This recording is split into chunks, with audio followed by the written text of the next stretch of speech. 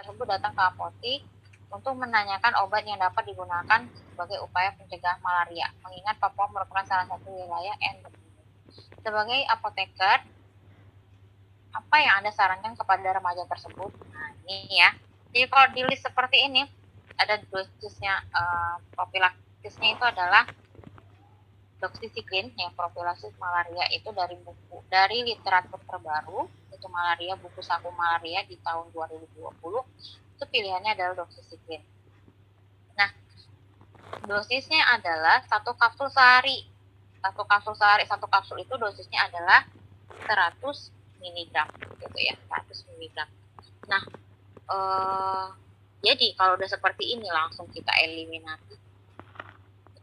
Berarti yang A pilihannya salah. Karena kenapa pilihannya salah? Ini dosisnya adalah 50 mg. Salah.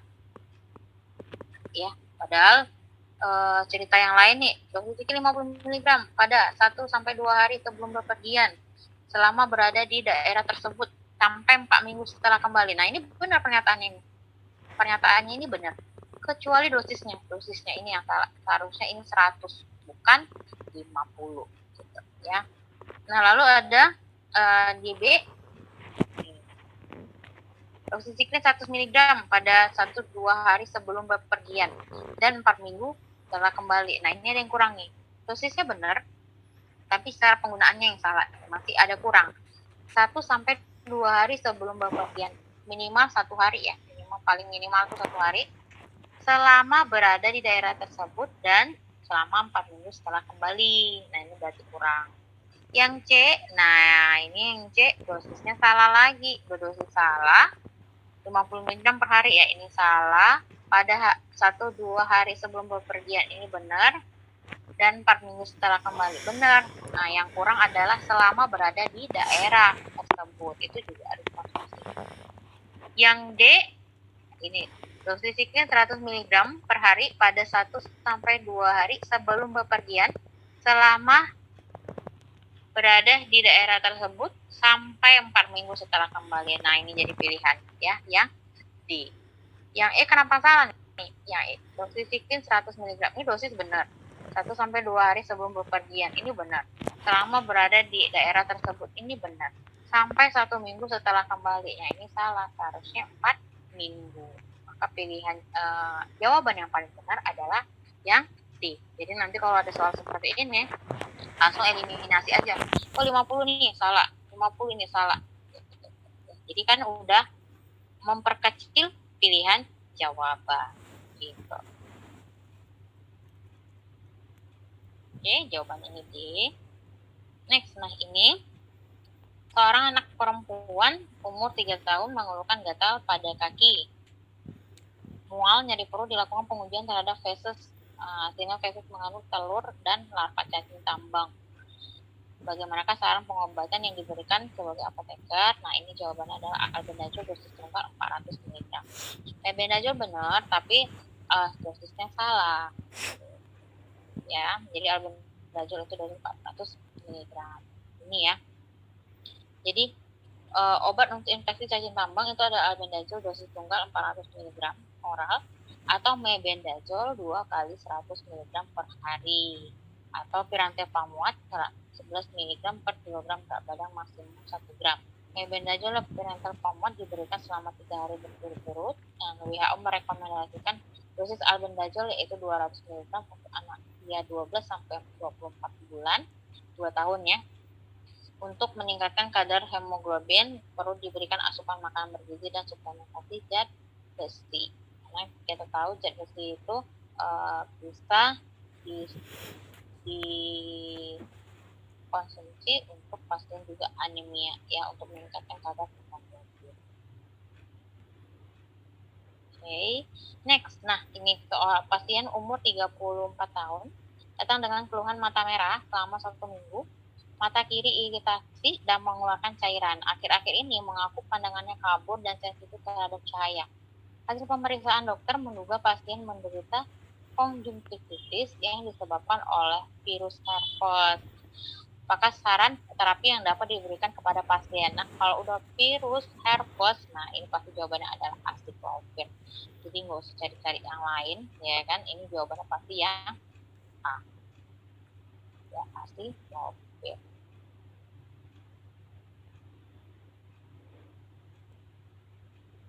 Oke, ini kita bahas lagi. Seorang pasien 25 tahun menderita batuk lebih dari 3 hari, disertai dengan panas, pusing, mudah terjatuh, dan nyeri punggung. Setelah dilakukan tes lab, pasien positif terinfeksi TB ekstraparu dan kemudian dokter meresepkan OAT atau obat anti tuberkulosis. Berapa lama terapi diberikan untuk pasien tersebut? Nah, kalau nanti dia kasus baru, nah itu berapa? Selama 6 bulan ya, selama 6 bulan.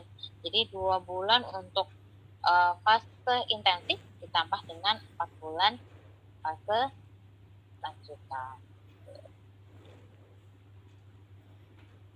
Jadi memang TB ini salah satu yang sering banget masuk di soal-soal KAI.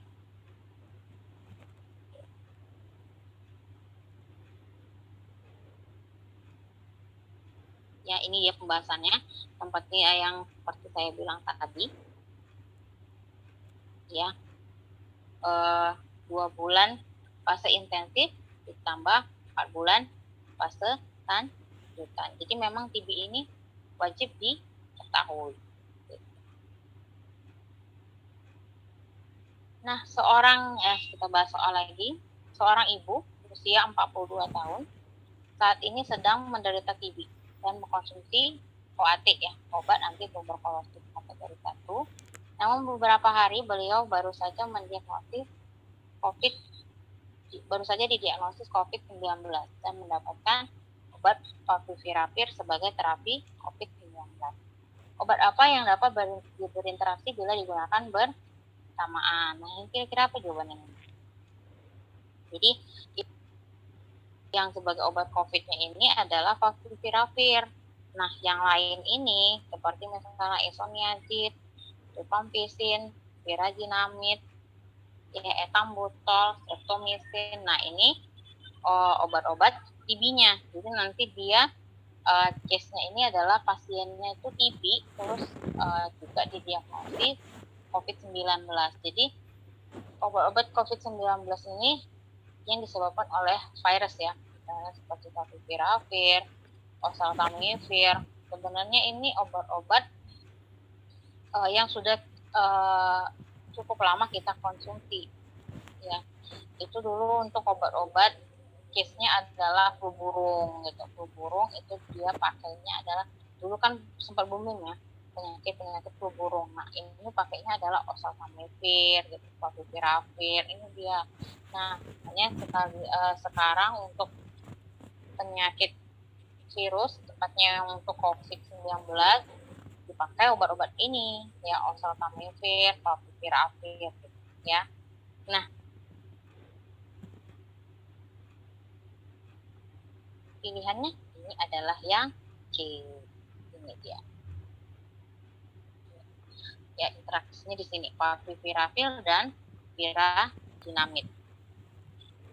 Ya, favipiravir dan pirazinamid.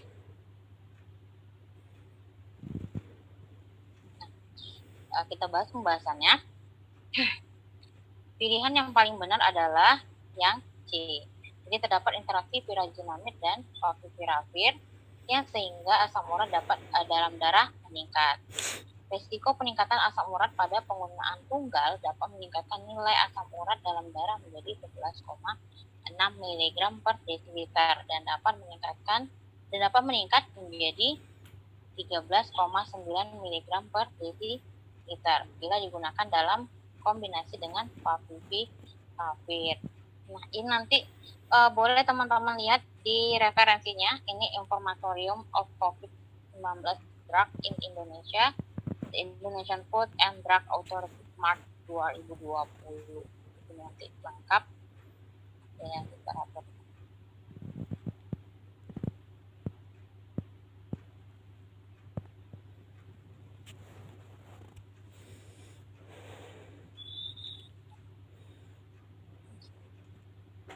slide-nya masih tayang ya?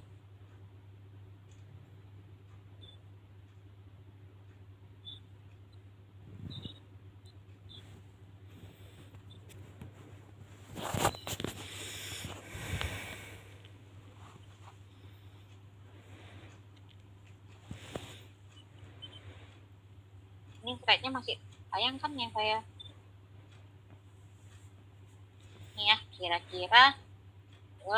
kira-kira yang sering banget diujikan di UKAI. Jadi tadi kalau materinya itu, kalau materi infeksi yang tadi saya sebutin ya, kata-kata kunci misalnya yang tadi ada nih infeksi tadi entamuba gitu. Entamuba, terus nanti ada kata kunci dia, oh kita tahu nih dia protozoa gitu.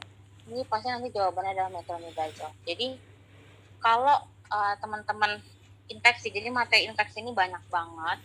Jujur ini salah satu materi yang sulit, saya pun juga dalam proses belajar. Jadi teman-teman ini bikin listnya gitu. Bikin listnya gitu ya. Kayak tadi ada kata-kata kunci. Udah tahu nih entamuba, udah tahu nih amuba, udah tahu nih protozoa. Maka nanti jawabannya adalah metronidazole. Jadi jawaban seperti itu dapat mempertingkat waktu untuk kita ngerjain soal yang lainnya. Yang ini. Terus nanti tadi materi TB, makanya tadi saya banyak banget ini untuk bahas materi TB. Kenapa? Karena materi TB ini sangat sering masuk dan itu wajib masuk. Di UKI wajib masuk soal-soal TB. Paling enggak itu pasti lebih dari satu soal gitu, lebih dari satu soal atau dua soal. Jadi kan benar-benar poin banget nih bagi klinisi ya untuk menambah poin